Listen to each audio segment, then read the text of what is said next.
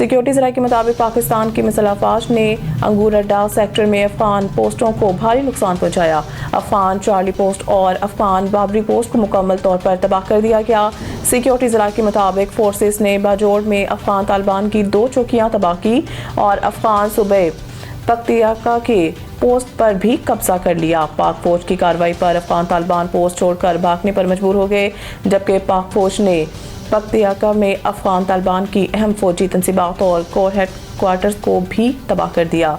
Security forces ने करम sector के करीब अफगान तालिबान की कई ठिकाने तबाह कर दिए। सिक्योरिटी फोर्सेस ने करम सेक्टर के करीब भी अफगान तालिबान के कई ठिकाने तबाह कर दिए, जहां 8 तालिबान जंगजू हलाक हो गए, जबकि अंगूर अड्डा में भी एक अफगान पोस्ट को तबाह कर दिया। सिक्योरिटी ज़राए का कहना है कि अफगान तालिबान ने क्वाडकॉप्टर के जरिए पाकिस्तानी सिक्योरिटी फोर्सेस के चेक पोस्टों पर हमले की नाकाम कोशिश की। सिक्योरिटी फोर्सेस की बर्वक्त कार्रवाई से तमाम क्वाडकॉप्टर्स गिरा दिए गए। ड्रोन्स के जरिए भी चुन चुन कर तालिबान रजीम की पोस्टों को निशाना बनाया गया।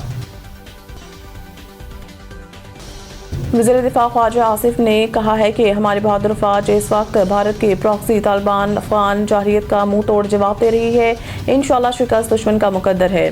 ख्वाजा आसिफ ने सोशल मीडिया पर जारी पैगाम में कहा है कि नेटो के अफवाज के इनखला के बाद ये तवक्को की जाती है कि अफगानिस्तान में अमन होगा और तालिबान अफगान अवाम के मफादात और इलाका में अमन पे तवज्जो मरकूज करेंगे, मगर तालिबान ने अफगानिस्तान को भारत की कॉलोनी बना दिया है। ख्वाजा आसिफ ने कहा है कि तालिबान ने सारी दुनिया के दहशतगर्दों का अफगानिस्तान में इकट्ठा कर लिया है और दहशतगर्दी को एक्सपोर्ट करना शुरू कर दिया है। अपनी अवाम को बुनियादी इंसानी हकूक से महरूम कर दिया है।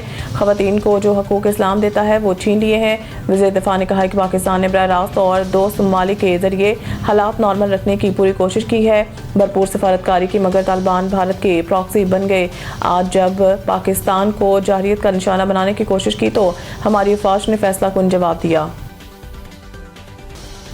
काबुल तालिबान हुकूमत ने तर्जुमान ज़बीहुल्लाह मुजाहिद ने काबुल पख्तिया और कंधार में बमबारी के वाक़यात की तस्दीक की है। अफगान मीडिया रिपोर्ट्स के मुताबिक रात तकरीबन 1:50 पर काबुल में तालिबान की एक फौजी मरकज़ को फ़िज़ाई हमले में निशाना बनाया गया।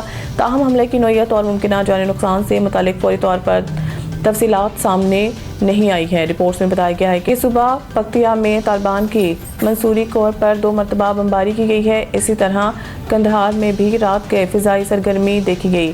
कुछ अफगान मीडिया इदारों का दावा है कि रात 12 बजे के बाद कंधार की फ़िज़ाओं में एक पाकिस्तानी त्यारा परवास करता देखा गया है। ताहम इस हवाले से किसी सरकारी ज़राए ने तस्दीक या तरदीद नहीं की। हुकाम का कहना है कि सूरत हाल की मज़ीद मालूमात इकट्ठी की जा रही हैं, जबकि खित्ते में सिक्योरिटी सूरत हाल पर गहरी नज़र रखी जा रही है।